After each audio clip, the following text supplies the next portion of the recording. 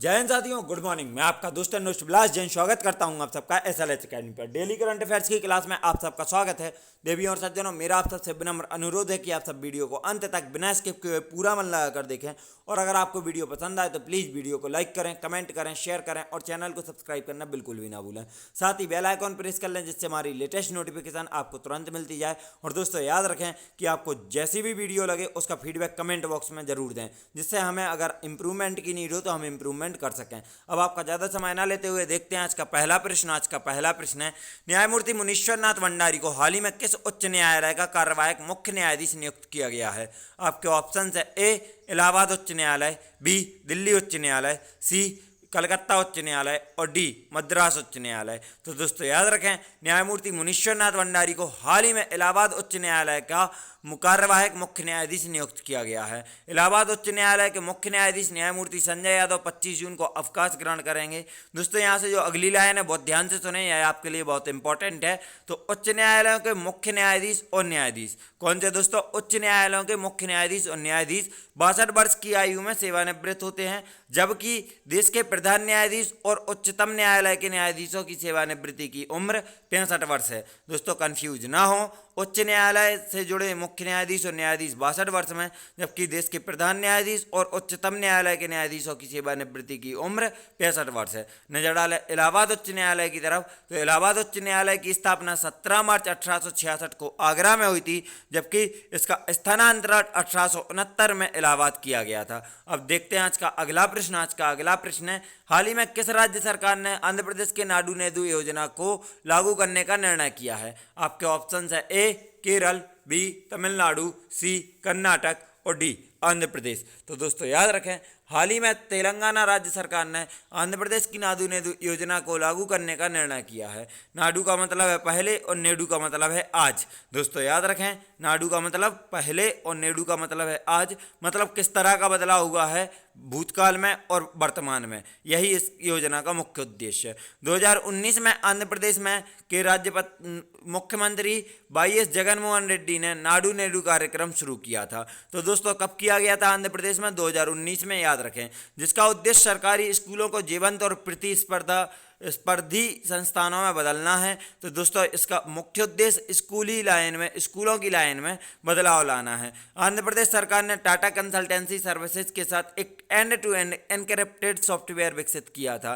तो दोस्तों किसके साथ विकसित किया है सॉफ्टवेयर? किसके सहयोग से? टाटा कंसल्टेंसी सर्विसेज के सहयोग से, जो पहले से ही प्रगति पर चल रहे स्कूल सुधार परियोजना नादू नेदू के लिए था। तो दोस्तों यह स्कूल सुधार परियोजना है नादू नेदू, जिसके लिए यह सॉफ्टवेयर था। कौन सा? End to end encrypted software, जो टाटा कंसल्टेंसी सर्विसेज द्वारा विकसित किया गया था। अब तेलंगाना सरकार आंध्र प्रदेश सरकार से औपचारिक अनापत्ति प्राप्त करने के बाद उसी सॉफ्टवेयर को उपयोग करने जा रही है। तो दोस्तों तेलंगाना सरकार ने आंध्र प्रदेश सरकार से अनुमति प्राप्त कर ली है सॉफ्टवेयर को उपयोग करने के लिए, और अब उस सॉफ्टवेयर का उपयोग कर रही है। नजर डालें तेलंगाना की तरफ, तो जैसे देख सकते हैं तेलंगाना को दोस्तों यह हाईलाइट भी हो रहा है कि तेलंगाना स्थित है बीचों बीच भारत में। तो इसके अगर पड़ोसी राज्य देखें तो महाराष्ट्र, छत्तीसगढ़, आंध्र प्रदेश और कर्नाटक इसके पड़ोसी राज्य हैं। अब नजर डालें तेलंगाना की डिटेल्स पर, तो दोस्तों तेलंगाना की राजधानी हैदराबाद है। तेलंगाना की स्थापना 2 जून 2014 को हुई थी। तेलंगाना के राज्यपाल डॉक्टर तमिलिसाई सौंदरराजन तथा मुख्यमंत्री के चंद्रशेखर राव हैं। तेलंगाना के पड़ोसी राज्य देखें दोस्तों तो महाराष्ट्र, छत्तीसगढ़, कर्नाटक और आंध्र प्रदेश है। तेलंगाना में स्थित झीलें देखें तो हुसैन सागर झील, ओस्मान सागर झील और पखल झील, वारंगल, जिसको वारंगल भी कहते हैं। तो वारंगल झील या पखल झील, हुसैन सागर झील और ओस्मान सागर झील तेलंगाना में ही स्थित है। दोस्तों तेलंगाना में स्थित राष्ट्रीय पार्क देखें तो केवीआर मतलब काशू ब्रह्मानंद रेड्डी राष्ट्रीय park, Amrabad tiger reserve, Nagarjuna Sagar Srisailam tiger reserve और पाखल वन्यजीव अभ्यारण्य और कवल वन्यजीव अभ्यारण्य। तो दोस्तों यह आपको याद रखना है, जिनमें से पखल बल झील और पखल वन्यजीव अभ्यारण्य आप दोनों एक साथ कंबाइन करके याद कर सकते हैं। नजर डालें अगर तेलंगाना में स्थित बांधों की तरफ, तो तेलंगाना में नागार्जुन सागर बांध कृष्णा नदी पर। तो दोस्तों याद रखना है, कृष्णा ने कुछ भी आप याद रख सकते हैं, क्योंकि आप एक कृष्णा भगवान से नाग को याद रख सकते हैं, कालिया नाग को, तो ऐसे भी कृष्णा से नाग, तो नागार्जुन सागर बांध कृष्णा नदी पर है, निजाम सागर बांध मंजरा नदी पर है और पोचमपाद बांध गोदावरी नदी पर है, यह आपको याद रखना है। तेलंगाना से संबंधित अन्य महत्वपूर्ण तथ्य देखें दोस्तों, तो हैदराबाद तेलंगाना में नेहरू जूलॉजिकल पार्क ISO 9001-2015 गुणवत्ता प्रबंधन मानक प्रमाण पत्र प्राप्त करने वाला भारत का पहला चिड़ियाघर बन गया है। तो दोस्तों कौन सा चिड़ियाघर है? नेहरू जूलॉजिकल पार्क, और कहाँ स्थित है? तो हैदराबाद में। जनजातियों एकलव्य आदर्श आवासीय विश्वविद्यालय का पहला राष्ट्रीय खेल सम्मेलन हैदराबाद में हुआ है। तो दोस्तों कौन सा जनजातीय एकलव्य आदर्श आवासीय विद्यालयों का पहला राष्ट्रीय खेल सम्मेलन हैदराबाद में हुआ है। भारत की पहली प्रयोगशाला मास परियोजना हैदराबाद में शुरू हुई है और भारत का पहला विशेष डॉग पार्क तेलंगाना के हैदराबाद में खोला गया है। देखते हैं अन्य महत्वपूर्ण तथ्य दोस्तों तेलंगाना के, तो गोदावरी नदी पर निर्मित विश्व की पहली और सबसे बड़ी कालेश्वरम लिफ्ट इरिगेशन परियोजना है। तो दोस्तों विश्व की सबसे पहली और सबसे बड़ी लिफ्ट इरिगेशन परियोजना कौन सी नदी पर है? गोदावरी नदी पर।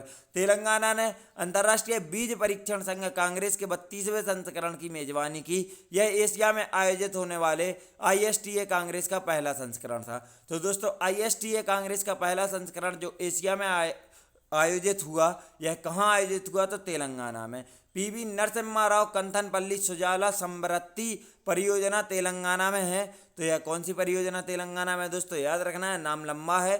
PV नरसिम्हा राव कंथनपल्ली सुजाला समृद्धि ये परियोजना तेलंगाना में है। परियोजना के तहत गोदावरी नदी के ऊपर 23 मीटर ऊंचा और 1132 मीटर लंबा बांध बनना है।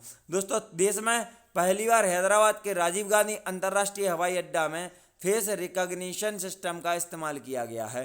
तो दोस्तों देश में पहली बार कौन से ऐसा अंतर्राष्ट्रीय हवाई अड्डा है जिस पर फेस रिकॉग्निशन सिस्टम का इस्तेमाल किया गया हो? तो राजीव गांधी अंतर्राष्ट्रीय हवाई अड्डे पर देश में पहली बार फेस रिकॉग्निशन सिस्टम का इस्तेमाल किया गया। वर्ल्ड इकोनॉमिक फोरम के centre for fourth industrial revolution network और तेलंगाना सरकार ने ड्रोन के माध्यम से रक्त और टीकाकरण जैसी आपातकालीन चिकित्सा आपूर्ति देने के लिए मेडिसिन फ्रॉम द स्काई नामक एक पायलट प्रोजेक्ट के लिए एक समझौते पर हस्ताक्षर किए। तो दोस्तों मेडिसिन फ्रॉम द स्काई नामक जो पायलट प्रोजेक्ट है यह किस राज्य सरकार का है? तो तेलंगाना राज्य सरकार का है। दोस्तों अगला देखें तो आंध्रा बैंक ने हैदराबाद तेलंगाना में एक समारोह में अभी नामक एक AI कृत्रिम बुद्धिमत्ता इंटरैक्टिव सहायक लॉन्च किया है। अभी ABHI नामक अपना एक AI इंटरैक्टिव सहायक लॉन्च किया है। दोस्तों लास्ट है तेलंगाना से। तेलंगाना सरकार ने 2020 को आर्टिफिशियल इंटेलिजेंस वर्ष घोषित किया है। मोस्ट इंपॉर्टेंट है दोस्तों, अगर आपसे पूछा जाए 2020 को आर्टिफिशियल इंटेलिजेंस वर्ष किस राज्य सरकार ने घोषित किया था? तो तेलंगाना सरकार ने। देखते हैं आज का अगला प्रश्न है 23 जून को निम्न में से कौन सा अंतर्राष्ट्रीय दिवस मनाया जाता है? आपके ऑप्शन है A संयुक्त राष्ट्र लोक सेवा दिवस, B अंतर्राष्ट्रीय ओलंपिक दिवस, C अंतर्राष्ट्रीय विधवा दिवस और D उपयुक्त सभी। तो दोस्तों याद रखें 23 जून को इनमें से सभी अंतर्राष्ट्रीय दिवस मनाए जाते हैं। मतलब संयुक्त राष्ट्र लोक सेवा दिवस 23 जून को मनाया जाता है, अंतर्राष्ट्रीय ओलंपिक दिवस 23 जून को मनाया जाता है और अंतर्राष्ट्रीय विधवा दिवस 23 जून को मनाया जाता है। दोस्तों संयुक्त राष्ट्र लोक सेवा दिवस को अगर देखें तो यह दिन विकास प्रक्रिया में सार्वजनिक सेवा के योगदान को उजागर करने और समुदाय के लिए सार्वजनिक सेवा को महत्व देने के लिए मनाया जाता है।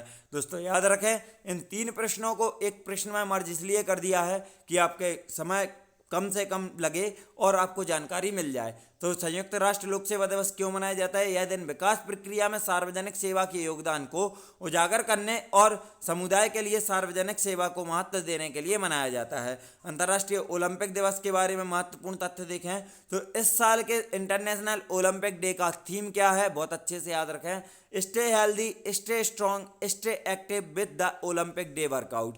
क्या है दोस्तों थीम 2021 की इंटरनेशनल ओलंपिक डे की?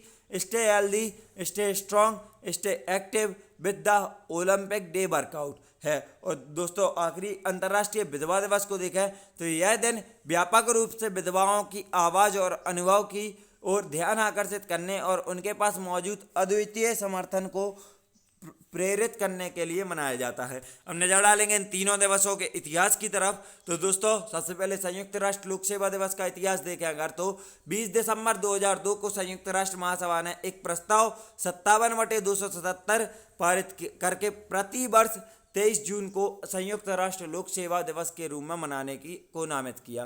तो दोस्तों पहली बार 23 जून को संयुक्त राष्ट्र लोक सेवा दिवस कब मनाया गया? 2003 में। और इसका प्रस्ताव पारित कब किया गया था? 20 दिसंबर 2002 में। अंतर्राष्ट्रीय ओलंपिक दिवस का इतिहास देखें तो अंतर्राष्ट्रीय ओलंपिक समिति ने 23 जून 1894 को अंतर्राष्ट्रीय ओलंपिक समिति के निर्माण के उपलक्ष्य में जनवरी 1948 में ओलंपिक दिवस मनाने की मंजूरी दी। तो दोस्तों इन्होंने जनवरी 1948 में मंजूरी दी है, तो 23 जून 1948 को पहला अंतर्राष्ट्रीय ओलंपिक दिवस मनाया गया। और यह किसके उपलक्ष्य में मनाया जाता है? तो अंतर्राष्ट्रीय ओलंपिक समिति के गठन के उपलक्ष्य में, जो कि जिसका गठन 23 जून 1894 को हुआ था। अंतर्राष्ट्रीय विधवा दिवस का इतिहास देखें अगर दोस्तों, तो लुम्बा फाउंडेशन ने 2005 में अंतर्राष्ट्रीय विधवा दिवस की शुरुआत की थी। 23 जून 2010 को इसे आधिकारिक तौर पर संयुक्त राष्ट्र महासभा में मान्यता दी गई। देखते हैं आज का अगला प्रश्न। आज का अगला प्रश्न है, जम्मू कश्मीर से IAF की पहली महिला फाइटर पायलट कौन बनी है? आपके ऑप्शन है ए गोवाना मंदाना, सी लीला भारती, डी माविया सुदन और डी रेवती प्रसाद। तो दोस्तों याद रखें, जम्मू कश्मीर से IAF की पहली महिला फाइटर पायलट माविया सुदन बनी है।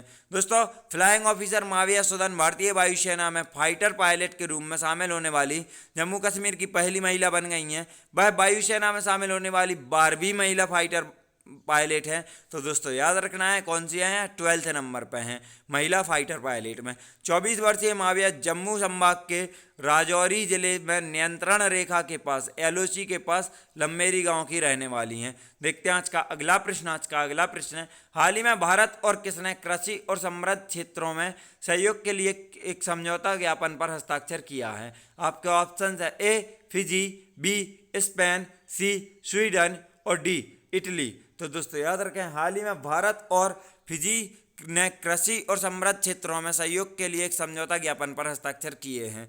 दोस्तों श्री नरेंद्र सिंह तोमर, जो कि वर्तमान में केंद्रीय कृषि और किसान कल्याण मंत्री हैं भारत सरकार की तरफ से, और डॉक्टर महेंद्र रेड्डी, जो कि कृषि जलमार्ग और पर्यावरण मंत्री हैं फिजी सरकार की तरफ से। तो फिजी सरकार के वर्तमान में कृषि जलमार्ग और पर्यावरण मंत्री कौन है? आपको याद रखना है डॉक्टर महेंद्र रेड्डी। और भारत सरकार के वर्तमान में केंद्रीय कृषि और किसान कल्याण मंत्री कौन है? तो श्री नरेंद्र सिंह तोमर हैं।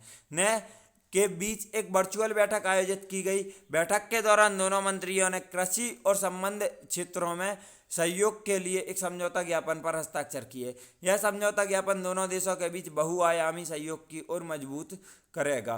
दोस्तों नजर डालें फिजी की तरफ, तो फिजी की राजधानी शुबा है, फिजी की मुद्रा फिजी डॉलर है। फिजी के वर्तमान में राष्ट्रपति जियोजी कोनरोते तथा प्रधानमंत्री कोमोडोर जोशिया और फ्रांक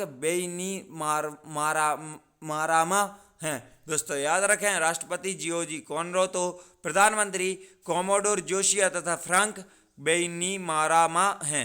नजर देखते हैं आज का अगला प्रश्न। आज का अगला प्रश्न है, काजल सूरी द्वारा लिखित पुस्तक हब्बा खातून का विमोचन किसने किया है? आपके ऑप्शन है ए अमिताभ बच्चन, बी अरविंद गौर, सी अमित शाह और डी सोनू सूद। तो दोस्तों याद रखें, काजल सूरी द्वारा लिखित पुस्तक हब्बा खातून का विमोचन अरविंद गौर द्वारा किया गया है। रंगमंच व्यक्तित्व अरविंद गौर ने काजल सूरी द्वारा लिखित पुस्तक हब्बा खातून का विमोचन किया है। हब्बा खातून पुस्तक सजना प्रकाशन द्वारा प्रकाशित की गई है। दोस्तों याद रखें, किस प्रकाशन द्वारा? तो सजना प्रकाशन द्वारा प्रकाशित की गई है। हब्बा खातून, जिसे द नाइटिंगेल ऑफ कश्मीर की मानद उपाधि से भी जाना जाता है, एक कश्मीरी कवि और तपस्वी वह कश्मीर के अंतिम सम्राट यूसुफ शाह चक की पत्नी थी। तो दोस्तों यह किसकी पत्नी थी? यूसुफ शाह चक की पत्नी थी, जो कि एक कवि भी थी और तपस्वी थी। इन्हें क्या कहा जाता है? तो नाइटिंगेल ऑफ कश्मीर कहा जाता है। किसको? हब्बा खातून को। इनकी पुस्तक किसने लिखी? काजल सूरी ने। और पुस्तक का विमोचन किसने किया है? तो आपको याद रखना है अरविंद गौर ने।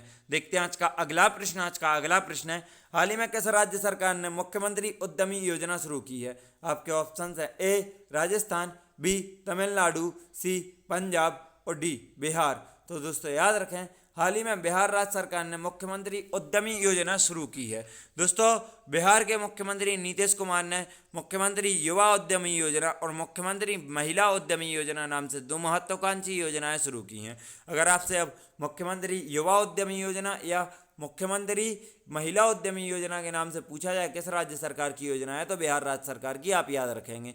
मुख्यमंत्री युवा उद्यमी योजना के तहत नया उद्योग लगाने के लिए अधिकतम 10 लाख रुपए की राशि दी जाएगी। इसमें अधिकतम 5 लाख रुपए अनुदान के रूप में और बाकी 5 लाख रुपए ऋण के रूप में 1% ब्याज पर उपलब्ध कराया जाएगा।